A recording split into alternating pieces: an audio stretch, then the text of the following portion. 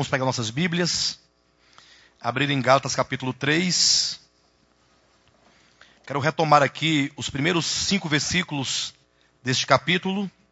Quero dizer aos irmãos que desde a mensagem da semana passada, nós entramos efetivamente nas questões apologéticas desta epístola. Até então nós tratamos de contextos, ou seja, como que essa carta ela se situa dentro de um contexto histórico.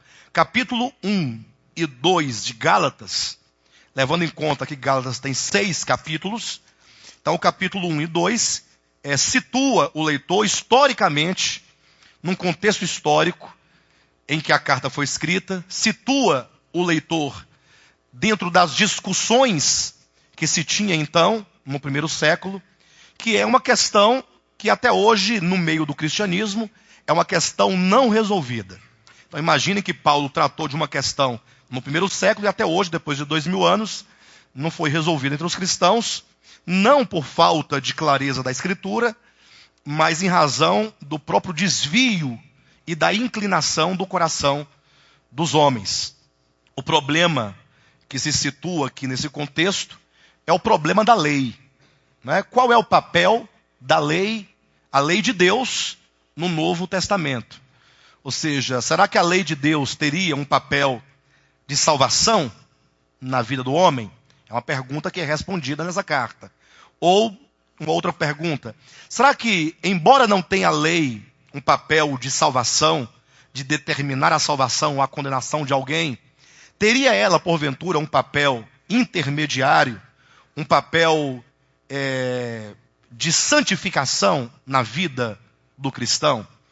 Então, em suma, a questão é: qual é a razão da lei e, sobretudo, qual é o papel, ou se não tem nenhum papel, que a lei, porventura, exerça no Novo Testamento, dentro do pensamento dos apóstolos, conforme as 21 epístolas do Novo Testamento. Levando em conta que Mateus, Marcos, Lucas, João e Atos são livros que, embora sejam colocados dentro do conjunto de Novo Testamento, mas eles são livros históricos e, portanto, são livros que contam como se deu esse processo de mudança do judaísmo para o cristianismo, como veio Cristo, como ele morreu na cruz, como ele ressuscitou, como a sua igreja foi gerada. E o livro de Atos mostra os altos e baixos da igreja, como que a igreja lidou com os problemas cotidianos, com os problemas de ordem doutrinária, a prática de vida da igreja. Enfim, então são nas epístolas que se trata, portanto, dos aspectos apologéticos. Alguém pergunta, o que são os aspectos apologéticos? O que é apologia? É a defesa da fé. Então, quando digo que a partir do capítulo 3 de Gálatas, o apóstolo Paulo começa efetivamente a tratar dos aspectos apologéticos, eu quero dizer que a partir do capítulo 3, o apóstolo Paulo, ele começa a discutir efetivamente o tema. Qual que é o tema? A lei.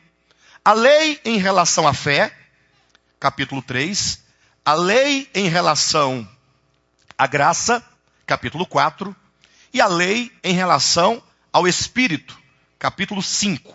Então o apóstolo Paulo estrutura o seu pensamento apologético, ele vai discutir esse tema a partir de 3 estruturas. A lei em relação à fé, graça e Espírito. E é por isso que os irmãos devem olhar como um todo essa epístola.